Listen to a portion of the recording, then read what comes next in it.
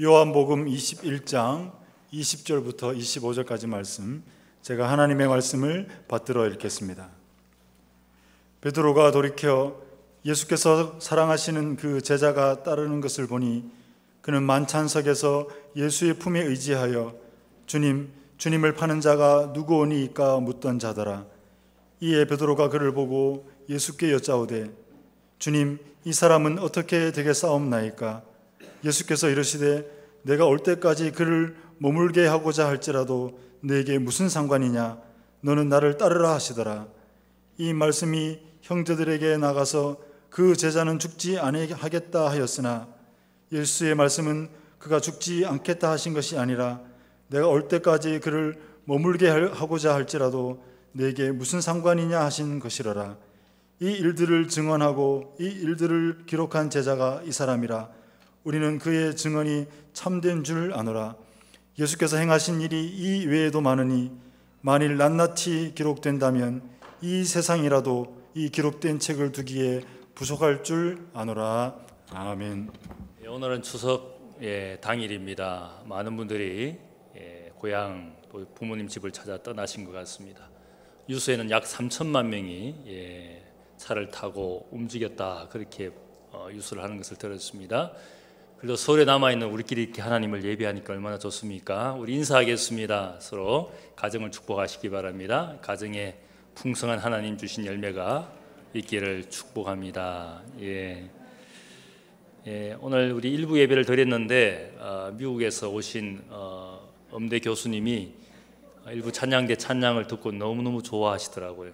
그분이 이제 한인이신데 미국 교회 찬양대도 지휘하고 한인교회 찬양대도 지휘하는데, 아시다시피 한인교회나 미국 교회가 요즘 찬양대가 구성이 되지 않을 정도로 교인들이 적습니다. 그런데 이렇게 추석 당일인데도 이렇게 성가대를 하시는 것을 보면서 굉장히 감동을 받고, 이렇게 예배 끝나고도 계속 찬양을 지켜보시고 저한테 고백을 하시더라고요. 얼마나 예배를 드리고 찬양대가 조직되어서 하나님을 찬양하는 것이 얼마나 아름다운지, 이것은 우리가 당연하게 생각할지 모르지만 당연하지 않은 겁니다. 우리 서로에게 오늘 격려의 박수를 하겠습니다.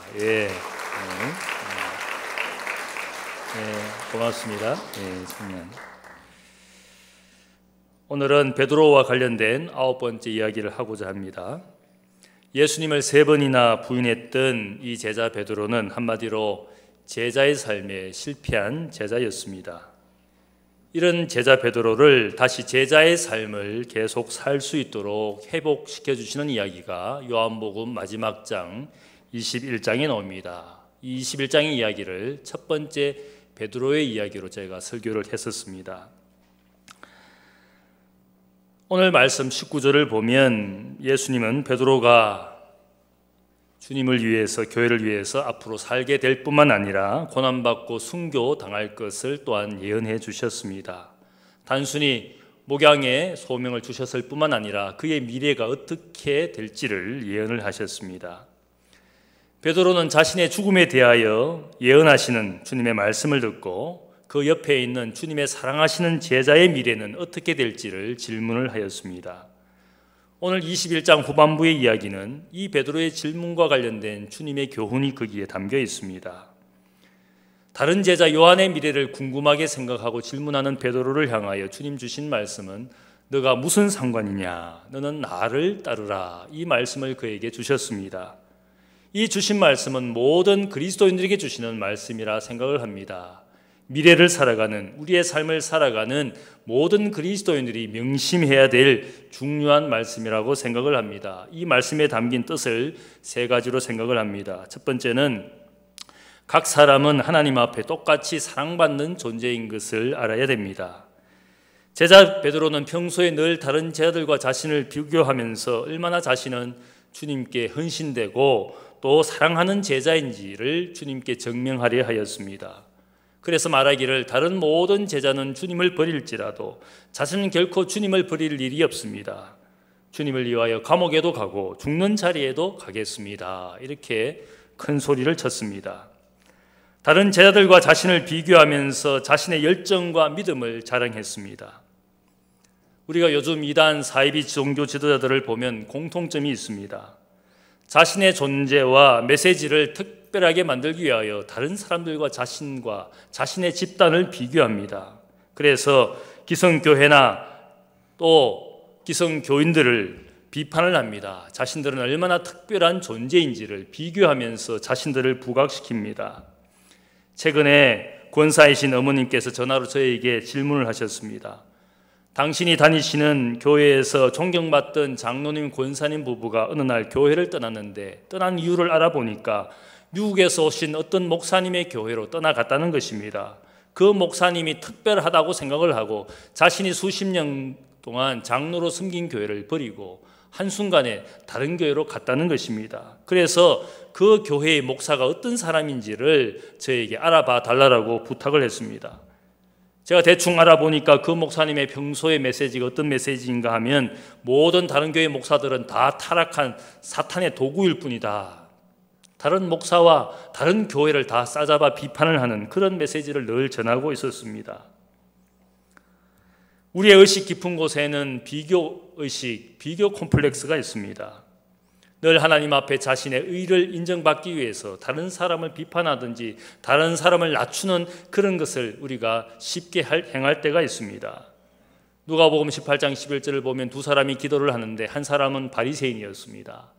이 바리새인은 기도하기를 자신은 다른 죄인이나 세리와는 전혀 다른 의로운 사람이라고 하나님께 그렇게 기도합니다. 하나님이여, 나는 다른 사람들 곧 토색, 불의, 간음을 하는 자들과 같지 아니하고 이 세리와도 같지 아니함을 감사합니다. 이렇게 하나님께 기도합니다. 다른 사람들과 자기를 비교해서 자신이 얼마나 하나님 앞에 의로운 사람인지 다른 사람을 깔아뭉개면서 낮추면서 자신을 높이는 그런 기도를 하나님 앞에 드렸습니다.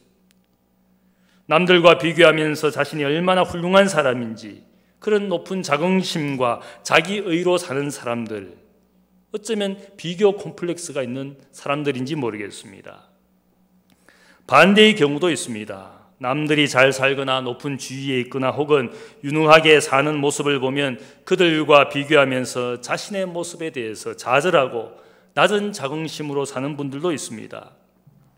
우리 공부하는 아이들이 부모에게 야단 맞을 때마다 진짜 공부를 못해서 야단 맞으면 억울하지는 않지만 늘 더 이중 삼중으로 고통당합니다. 자녀들이 야단 맞을 때 옆집 엄친아 때문에 그렇게 고통스럽습니다. 그냥 공부 못한다고 야단치면 좋겠는데 늘 비교하면서 야단을 칩니다. 누구 집에 누구는 얼마나 공부를 열심히 하는지. 그렇게 우리가 비교하면서 자녀들을 윽박지르지 않습니까? 그러한 야단을 맞는 우리 아이들은 심적으로 얼마나 더 고통스러운지 모릅니다. 그래서 옆집 엄친아가 그렇게 죽도록 미워하면서 우리 아이들이 그렇게 자기를 비교당하는 자신들의 신세에 대하여 한탄하지 않습니까?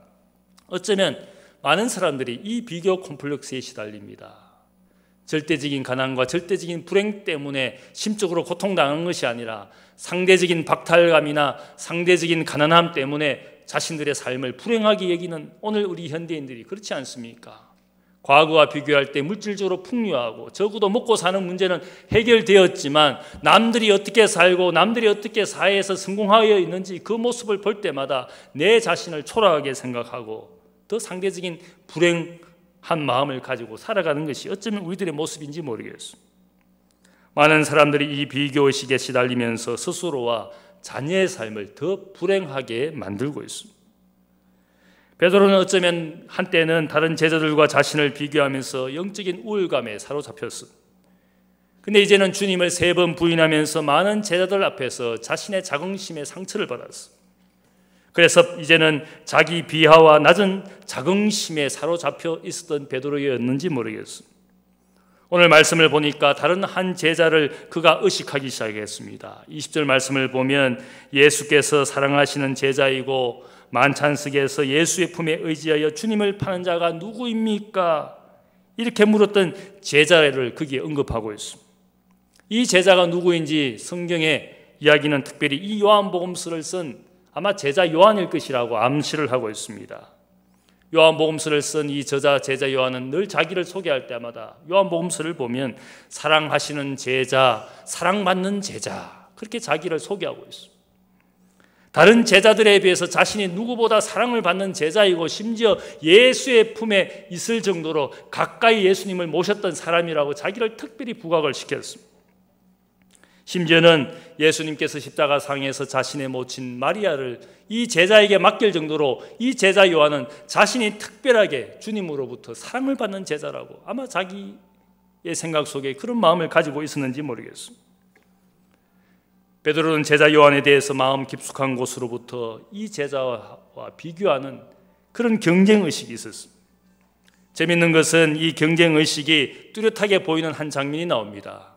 요한복음 20장을 보면 여인 막달라 마리아가 예수님의 빈 무덤을 목격했습니다. 예수님의 무덤이 비어있다라는 사실을 알고는 제자들에게 달려와서 예수님의 무덤이 비었다라고 보고를 했습니다. 이 보고를 듣게 된 베드로와 요한은 갑자기 달리기를 하기 시작합니다. 그래서 누가 먼저 빈 무덤에 도착했는지 아마 젊었던 제자 요한이 베드로보다 더 빨리 달려가서 빈 무덤에 도착한 사실을 알려주고 있습니다. 아마 이 이야기는 초대교회에서 이 제자 베드로와 제자 요한이 얼마나 경쟁적으로 누가 예수님의 부활과 빈 무덤의 목격자인가 이 사실을 알려주기 위해서 갑자기 두 사람이 달리기를 하고 요한이 먼저 도착했다. 그러나 빈 무덤 안으로 들어간 것은 제자 베드로였다. 재미있는 사실들을 우리에게 기록하고 있습니다. 얼마나 비교의식과 경쟁의식이 심했던 제자인지, 누가 더 사랑받는 제자인지, 더 훌륭한 제자인지 서로 그렇게 비교하면서 이 요한복음서도 그렇게 말하고 있습니다. 자신의 고난과 죽음을 예언하시는 예수님의 말씀을 듣고 이 베드로가 눈을 돌려서 이 제자 요한을 의식하기 시작했습니다. 그리고 주님께 물었습니다. 이 사람은 어떻게 되겠습니까? 이 질문은 베드로가 요한의 삶과 그의 미래에 관심을 가져서 질문했다라기보다는 아마 그의 무의식 가운데 다시 비교 콤플렉스로부터 나온 질문일지 모르겠습니다. 어쩌면 베드로의 깊은 마음에는 이런 생각이 있었는지 모르겠습니다. 주님, 저는 덜 사랑받는 제자이기 때문에 고난받고 심지어 죽임도 당해야 하는 것입니까? 이 제자는 당신이 더 사랑하시는 제자이기에 고난도 죽음도 피하게 하시고 그가 살 만큼 살게 해 주시는 것입니까? 아마 그런 마음으로 질문하고 있는지 모르겠어요. 우리에게 고난과 어려움이 올 때마다 우리가 하나님께 우리의 마음으로부터 항변합니다. 왜 나에게 이런 일이 일어납니까? 왜 내 가정에 이런 일들이 일어납니까? 나에게 무슨 문제가 있기 때문에 이런 일을 허락하신 것입니까? 나와 내 가정을 하나님 덜 사랑하고 계시는 것입니까? 나는 이러한데 저들은 왜 저렇게 삽니까? 나는 이렇게 어려운 일들이 넘쳐나는데 왜 저들과 저들의 가정은 늘 좋은 일만 일어납니까? 하나님, 인생이 너무 불공평하지 않습니까? 같은 하나님의 자녀이고 같은 그리스도인인데 왜 나는 내 인생에 이런 일들만 일어납니까? 어쩌면 우리가 이런 고난과 시련 앞에서 하나님, 나를 덜 사랑하시는 것이지 않은가? 우리가 그렇게 반문할 수 있을지 모르겠습니다. 내 모습과 상황을 보면서 드디어는 남과 비교하고 드디어 우리는 생각하기를 나는 하나님께로부터 덜 사랑받는 존재이지 않은가. 베드로는 제자로서 주님께 실패한 사람이었지만 주님은 그를 책망하시지는 않았지만 스스로 생각할 때 나는 저 사랑받는 제자보다는 덜 사랑받는 제자이지 않은가, 아마 그런 생각을 하고 있었는지 모르겠어. 그래서 더 사랑받고 있는 제자가 자신의 눈에 들어오기 시작했어. 말씀을 보면 주님께로부터 눈을 돌려서 자기에게 소명을 주시고 사랑을 베풀어 주시는 그 주님으로부터 눈을 돌려서 이 제자를 의식하기 시작했어. 어쩌면 베드로는 생각하기를 나의 신앙과 충성의 정도를 따라 하나님이 우리를 사랑하시기도 하고 덜 사랑하기도 하시는 거구나, 아마 그런 착각과 오해를 하고 있는지 모르겠어. 내가 주님을 실망시켰으니까 이제는 나를 덜 사랑하실 거야. 내가 주님을 부인하고 주님을 저주까지 하였으니까 주님이 아마 나를 덜 사랑하시는 것이 분명할 거야, 아마 그런 마음이 들었는지 모르겠어. 이 모든 우리의 생각 속에는 마치 우리가 먼저 하나님께 충성하고 하나님께 헌신해서 그것을 돌려주시는 것으로 하나님 우리를 은혜와 사랑을 베푸시는 것이지 않은가, 이런 생각이 우리에게 있는지 모르겠어. 내 모양에 따라서 우울감에 사로잡히기도 하고 내 모양에 따라서 어떤 패배감에 사로잡히는, 아마 이 생각 속에는 내가 사랑하고 헌신하는 정도에 따라서 하나님도 그렇게 나를 사랑하시는 것이다, 이런 마음이 우리 깊은 곳에서 있는지 모르겠습니다. 그런데 분명한 것은 예수님께서 우리를 사랑하시되 어떻게 사랑하시는지 요한복음 15장 14절을 보면 예수님이 베푸시는 사랑이 어떤 사랑인지를 요한이 이야기합니다. 사람이 친구를 위하여 자기 목숨을 버리면 이보다 더 큰 사랑이 없나니 너희는 내가 명하는 대로 행하면 곧 나의 친구라. 여기에 보면 예수님께서 우리를 친구로 불러주셨습니다. 친구이지만 어떤 친구인가? 자기 생명을 줄 만큼 그 친구를 사랑하는 예수님, 우리의 친구시라고. 그렇게 마지막 만찬의 밤에서 제자를 사랑하시되 끝까지 사랑하시고 사랑하시되 목숨을 버려 그 친구를 위하는 그런 친구의 사랑을 우리에게 이야기해 주셨습니다. 친구가 훌륭한 친구인지 혹은 나쁜 친구인지 상관하지 않고 자기의 생명을 주시는 친구의 사랑으로 우리를 사랑하시는 분이라고 증거하고 있습니다. 자녀가 아무리 부족하고 못난 짓을 하더라도 부모는 자녀를 어떻게 대합니까? 여전히 그를 자녀로서 대하고 부모의 사랑을 다합니다.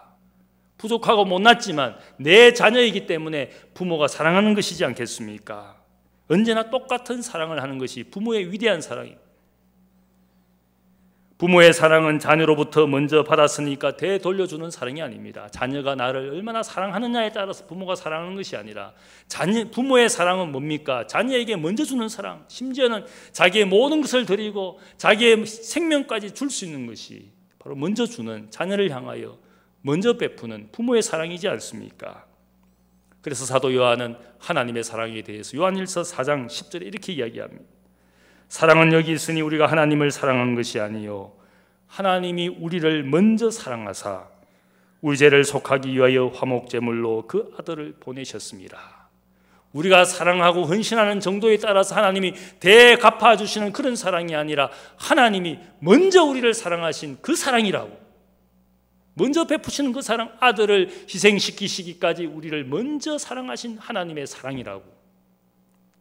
우리가 얼마나 주님께 충성했느냐, 얼마나 주님을 사랑했느냐, 거기에 따라서 우리에게 되돌려 주시는 사랑이 아니라 사도 바울도 고백하는 것처럼 어떤 인생도 하나님께 먼저 드려서 갚으심을 받는 인생이 아니다. 하나님이 먼저 베풀어 주신 사랑이었다.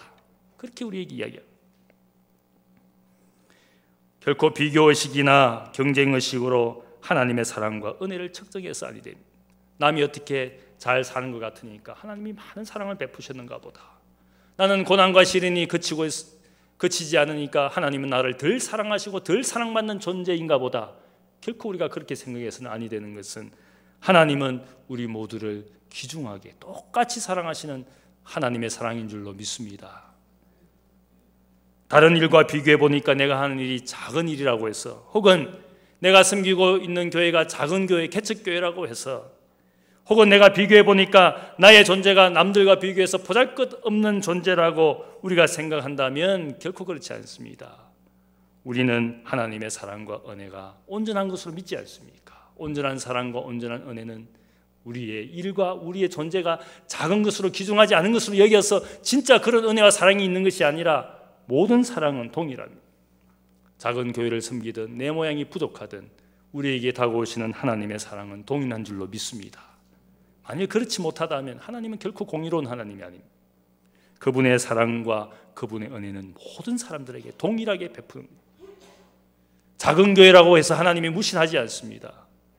내가 작은 존재라고 해서 하나님이 나를 덜 귀중하게 보시는 것이 아니라 하나님의 눈에는 모든 하나님의 자녀가 동등하게 똑같이 귀중한 존재인 줄로 믿습니다.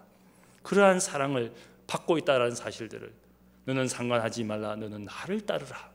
그 말씀은 베드로도 귀하게 보시는 주님의 말씀인 줄로 믿습니다. 두 번째로 이 이야기에 담긴 교훈은 각자는 제자의 삶에 스스로 책임을 져야 한다는 사실들을 이야기합니다. 저 사랑받는 제자의 인생은 어떻게 되겠습니까? 라고 묻는 베드로에게 주님이 22절에 말씀합니다. 내가 올 때까지 그를 머물게 하고자 할지라도 너가 무슨 상관이냐? 너는 나를 따르라. 이렇게 대답하십니다. 이 말을 쉽게 풀이해 보면 제자 요한의 삶이 어떻든지 어떻게 되든지 너는 상관하지 말고 너는 너의 인생을 책임지고 살라는 주님의 말씀입니다. 우리가 신앙생활을 할 때마다 우리의 고민이 있습니다. 우리의 문제가 있습니다. 남의 모양을 보고 내 모양도 결정하여 사는 경향이 있습니다. 남이 열심히 하면 나도 열심히 하고, 남이 관심이 없으면 나도 관심이 없고, 남이 하는 것만큼만 할 줄 아는 그런 경향이 있습니다. 그래도 이것은 긍정적인 측면이라 할 수 있습니다. 그런데 어떤 분들은 보면 남이 하는 것을 다 못마땅하게 생각합니다. 어떤 교회나 교인들의 모습이 그러하기 때문에 나도 오늘 이렇게 사는 것이다. 내가 믿음 생활 열심히 하지 않는 이유는 목사 탓이고 교회 탓이고 다른 교인들의 탓이다. 자기가 열심히 신앙생활을 하지 않는 이유를 남의 탓으로, 교회 탓으로, 목사 탓으로 돌린 분들이 있습니다.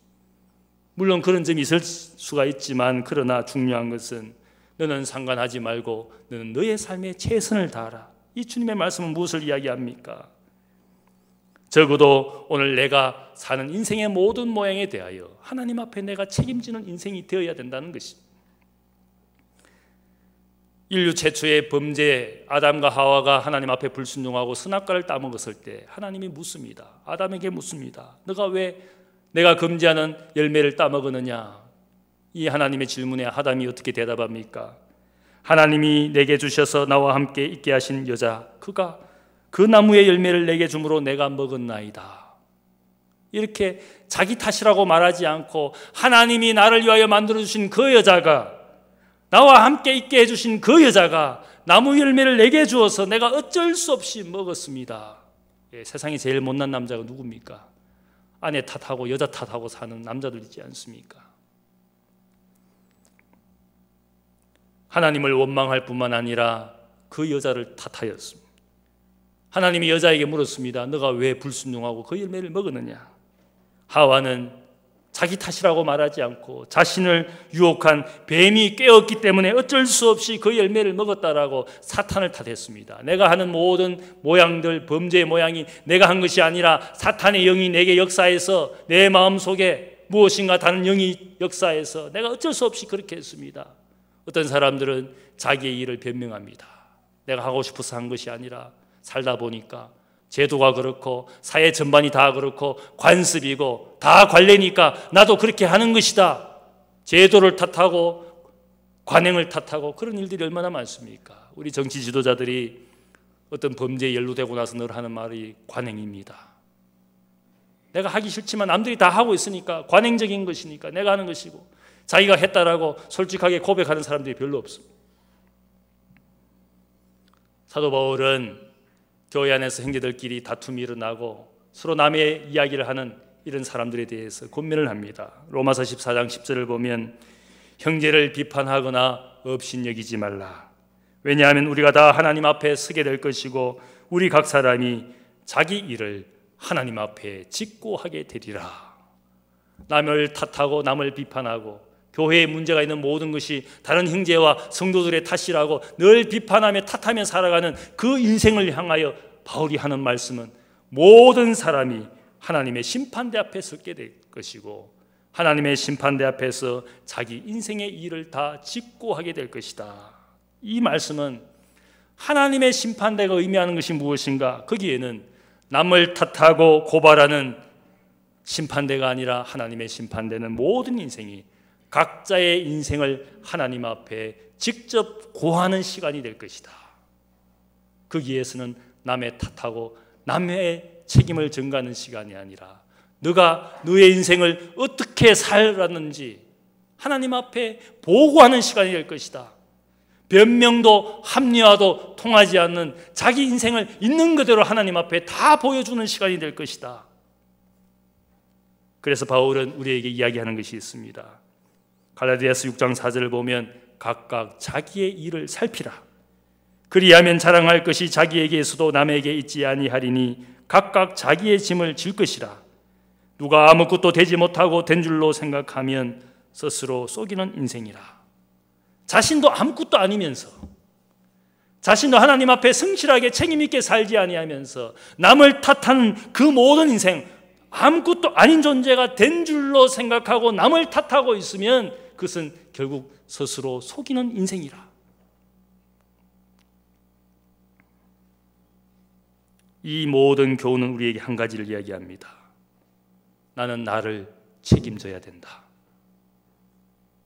부모도 나를 책임져 줄 수 없습니다. 자녀도 나를 책임져 줄 수가 없습니다. 남편과 아내가 각각 그 다른 아내의 영혼, 남편의 영혼을 책임져 줄 수가 없습니다. 각각 자기의 영혼과 인생은 하나님 앞에 책임지게 될 것이다. 에스겔서 18장에 보면 바벨론에서 포로당하는 이스라엘 민족이 하나님께 항변합니다. 우리는 아무 잘못 없는데 우리 조상들, 우리 부모들이 하나님 앞에 불순종해서 전쟁에서 죽게 되고 드디어 이 이국 땅까지 포로 생활을 하는 것입니다. 그렇게 항변했어. 그때 에스겔은 하나님의 메시지를 전합니다. 모든 인생은 각각 자기 영혼의 죄로 말미암아 죽게 되는 것이고 심판받는 것이지, 이 아니다. 심판받는 것이다. 자기의 죄 때문에 심판받는 것이다. 부모의 죄도 아니고 조상의 죄도 아니고 남의 죄 때문에 내가 불행당하는 것이 아니라 모든 인생은 각각 자기 영혼에 대하여 하나님 앞에 책임을 지는 것이 하나님의 공이라고 그렇게 말하고 있어요. 각자에게 하나님 주신 소명이 있습니다. 각자에게서 하나님께 받은 소명과 은혜와 사랑이 있습니다. 각자에게서 하나님 주신 달란트가 있습니다. 달란트 비유를 보면 한 달란트 받은 종이 자신이 열심히 일하지 않은 이유를 변명합니다. 다른 종은 5달란트 받았고 2달란트 받아서 받은 것이 많아서 열심히 일했지만 나는 주인이 1달란트밖에 주지 않았으니까 이 1달란트 갖고는 아무것도 할 수 없는, 시간을 들일 필요도 없고 주인은 내게 주시지 않고도 모든 것을 하실 수 있는 능력만은 주인이시지 않습니까? 어쩌면 그는 비교했습니다. 자신이 가진 것이 미미하다고 경시했습니다. 그때 주인이 무엇이라 그럽니까? 너는 주인의 능력은 알았지만 주인의 뜻을 오해했다. 물론 하나님은 우리의 힘을 빌리지 않고도 그분의 구원의 역사를 만들어 가시는 분이지만, 그러나 하나님이 우리 인생에게 주신 것이 무엇입니까? 하나님의 파트너가 되어서 하나님의 사랑과 은혜를 알고 받은 것을 귀하게 여겨 주인의 뜻이 열심히 일하고 수고하는 것, 남과 비교할 필요가 없이 내게 주신 것을 가지고 열심히 땀 흘려 일하는 것이 주인의 뜻이다.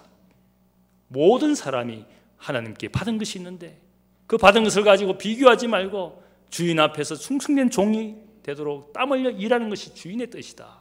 그렇게 교훈하고 있습니다.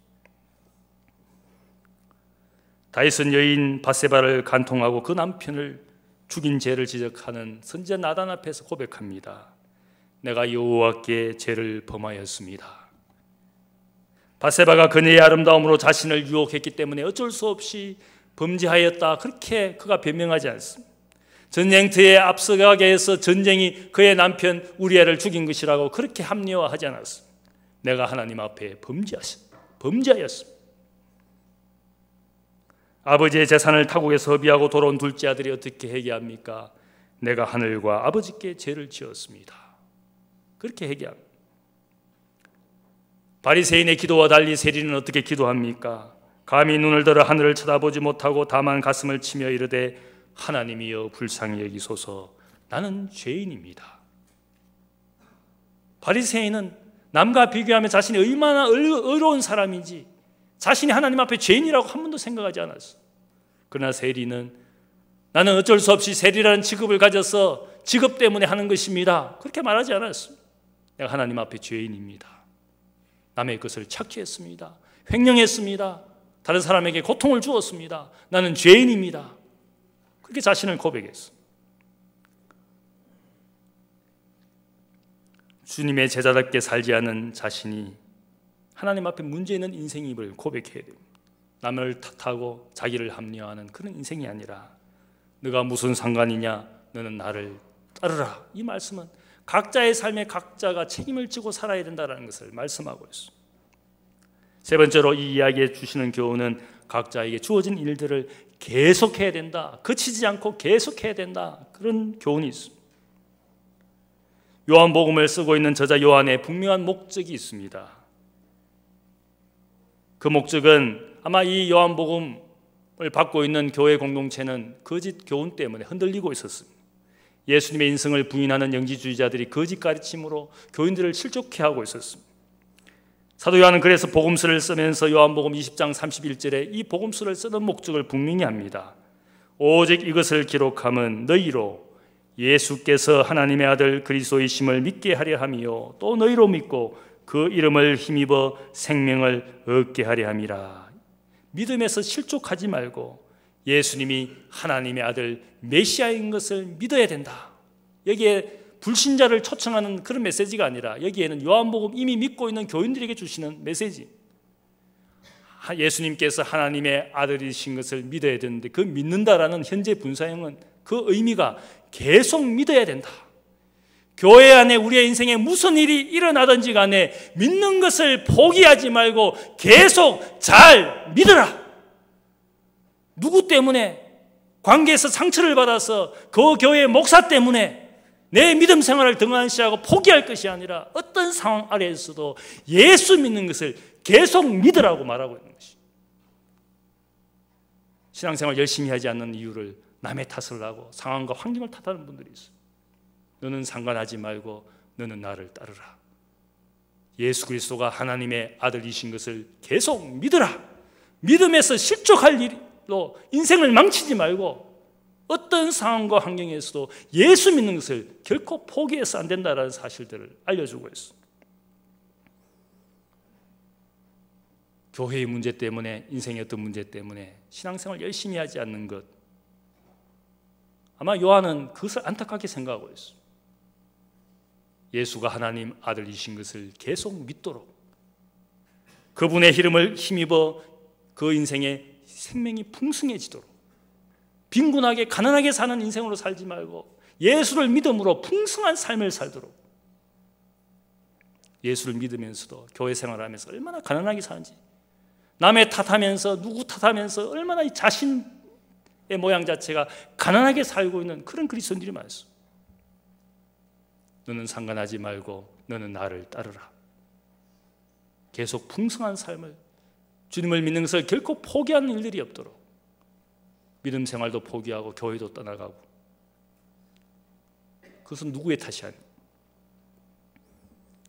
Continue to believe, continue to follow. 그 메시지가 여기에 담겨 있어. 다른 사람이 무슨 상관이냐? 넌 계속 나를 따르라. 아마 이 말씀은 또한 요한과 요한의 교회에게 주시는 말씀입니다. 요한은 죽지 않고 계속 주님 오실 때까지 살아남을 것이다, 그렇게 이 말씀을 오해했습니다. 그런데 요한이 병들고 나이 많아 죽음을 기다리고 있었습니다. 요한을 섬기고 있는 이 요한복음 교회 공동체가, 아니 주님 오실 때까지 이 우리의 지도자 요한은 살아남아 있을 것이라고 생각했는데 왜 이렇게 이런 일들이 일어났습니까? 이런 일들이 일어나고 있습니까? 아마 오해를 했어요. 그런데 오늘 이 말씀은 너는 상관하지 말고 너는 나를 따라, 이 말씀은 그들에게도 주시는 말씀입니다. 그것이 무엇이 그렇게 중요하냐? 살든지 죽든지 무엇이 그렇게 중요하냐? 바울이 우리에게 이야기하지 않습니까? 사나 죽으나 우리는 주의 것이로다. 세상 마지막 날, 세상의 마지막 때가 언제인지 그렇게 사람들이 궁금해합니다. 그것 때문에 몇 월 며칠 몇 시에 주님 오신다고 주장을 하고 집단을 이루어서 사이비 이단 공동체가 얼마나 많습니까? 그것이 뭐 그렇게 중요합니까? 중요하지 않습니다. 그때는 오직 하나님만 아신다. 하늘을 쳐다보고 살지 말고 너에게 주어진 일들을 계속하는, 갈릴리 사람들아 왜 하늘을 쳐다보고 사느냐? 주님께서 너희 눈에 보여주신 그대로 주님께서 이 땅에 오실 거니까 어느 때에 주님 오실 것인지 상관하지 말고 너는 제자의 삶을 살도록. 그게 바로 사도행전의 메시지. 이런들 어떠하리 저런들 어떠하리. 그 시조가 참 의미가 있더라고요. 우리에게 주어진 인생의 일들, 우리가 주님께 받은 소명, 그 소명을 열심히 감당하고 살면 되지, 죽는 것이 무엇 두려워할 필요도 없고. 사도 바울도 아마 초기에는 자기가 살아있을 때 주님이 오실 것이라고 생각했습니다. 그런데 자기가 20년 30년 선교사의 일을 하면서 가만히 보니까 그렇게 그런 세상의 종말론 별로 중요하지 않다. 결국은 내가 사나 죽으나 주의 것이다. 죽는 것도 유익함이라. 그의 종말론이 바뀌었습니다. 완전히 바뀌었습니다. 내가 살아도 주님을 위하여 살고 죽어도 주님을 위하여 사는, 이것이 제자의 삶이고 이것이 우리의 인생의 가장 중요한, 우리의 우선순위가 되어야 되는 것입니다. 관계의 문제로 혹은 교회나 인생의 문제로 믿음에서 실족하고 그리스도인으로 사는 것을 결코 포기하지 말아야 됩니다. 너는 상관하지 말고 너는 나를 따르라. You must continue to follow. 여기 가장 중요한 핵심적인 메시지. 여러분은 계속 잘 믿고 있습니까? 과거에는 잘 믿었는데 지금 잘 못 믿습니다. 과거에는 열심히 헌신했는데 지금은 제가 생활과 형편이 그렇지 못해서 잘 헌신하지 못합니다. 봉사하지 못합니다. 그건 변명에 불과한 것이. You must continue to follow. You must continue to believe. 이 마지막 메시지가 우리에게 중요한 메시지. 히브리서 저자는 우리에게 믿음에 대해서 이야기합니다. 믿음은 결코 뒤로 물러서는 것이 아니고 침륜에 빠지는 것이 아니다. 머무르는 것도 아니고 뒤로 가는 것도 아니고 믿음이라는 것은 그런 것이 아니다. 믿음은 내가 얼마나 하나님 앞에 충성하고 헌신하는지, 잘 믿고 있는지, 그것이 믿음이 아니에요. 우리의 인생의 모양과 형편과 상관없이 믿음이라는 것은 하나님의 사랑과 의를 내 삶에 인정하는 것이 믿음이지, 내 충성과 헌신을 하나님 앞에 인정받고자 하는 것은 결코 믿음이 아닙니다. 그런 믿음을 가진 사람들은 다 실족합니다. 감정과 삶의 형편에 따라서 잘 믿기도 하고 잘 못 믿기도 하고, 그것은 이미 믿음이 아닙니다. 믿음이라는 것은 내 인생의 모양과 형편과 상관없이 언제나 내 삶에 하나님의 사랑과 의를 인정하는 것이 믿음입니다. 많은 기독교인들이 여기에 오해를 하고 있어요. 그래서 세상 사람들도 뭐 기독교인이 저래, 믿음을 가진 사람이 뭐 저래, 그들의 헌신과 모양을 보고 믿음이 있는지 없는지 그렇게 기독교와 교회를 비판합니다. 그들의 눈에는 믿음이 그것밖에 되지 않습니다. 그러나 믿음이라는 것은 그것이 아니라 인생의 모양과 형편과 상관없이 하나님이 내 인생의 주인이신 것을 인정하고, 그분이 내 인생의 모양과 상관없이 얼마나 사랑하고 계시는지, 나의 의를 드러내시는 것이 아니라 나를 위하여 예수 그리스도를 죽여주신, 죽임당하게 하신 하나님의 의를 인정하는 것이 믿음입니다. 그래서 기독교는 결코 도덕도 윤리도 아닙니다. 하나님이 먼저 주신 사랑과 하신 일을 인정하는 것이, 그것이 기독교의 진리, 그리고 그 은혜에 각자가 책임 있게 사는 것이 믿음이라 할 수 있습니다. 너가 무슨 상관이냐? 너는 나를 따르라. 베드로를 만나셨을 때 주신 메시지도 너는 나를 따르라. 그 부르심을 입고 그가 제자가 되었습니다. 인생의 수많은 것을 경험했습니다. 다른 제자들과 비교하기 시작했습니다. 자신의 모양과 형편을 과거와 비교해 보았습니다. 그래서 자신이 얼마나 하나님 앞에 실패하고 덜 사랑받게 된 사람이지 않은가 고민하며 마음에 깊은 고민을 하고 있었습니다. 그러나 주님은 말씀합니다. 그것이 무슨 상관이냐? 지금 너는 나를 따르고 있느냐? 그것을 우리에게 말씀합니다. 우리 모두가 하나님 앞에 부르심이 있는 줄로 믿습니다. 계속 잘 믿는 것, 계속 어떤 상황과 순간과 상관없이 계속 주님을 잘 따라가고 있는 삶, 이것이 우리에게 주시는 마지막 요한복음의 메시지입니다. 너는 무슨 상관을 하고 살고 있느냐? 지금 너는 나를 따르고 있느냐? 주님께서 우리에게 주시는 이 소명의 삶, 제자의 삶에 여러분들이 책임 있는 인생으로 책임 있는 제자가 되시기를 주님의 이름으로 축복합니다. 기도하겠습니다. 사랑의 아버지 하나님, 감사합니다. 늘 남과 비교하며 스스로 불행을 자초하는 우리의 연약함이 있습니다. 내게 주신 것 작은 것이라도, 적은 달란트라도 감사하며 주어진 일들에 최선을 다할 때 하나님께서 영광을 받아주시는 줄 믿습니다. 나의 형편과 모양과 상관없이 나를 동일하게 사랑하시는 하나님의 은혜와 공의를 믿습니다. 아버지는 뒤돌아보지 않고 옆을 보지 않고 주어진 일에 소명을 다하는, 주님을 따라가고 주님을 잘 믿는 믿음의 모든 사람들이 되게 하여 주옵소서. 책임 있는 인생으로 살아 주인의 기쁨에 참여하는 하나님의 신실한 종들이 되게 하여 주옵소서. 감사하며 예수님의 이름으로 기도하옵나이다. 아멘.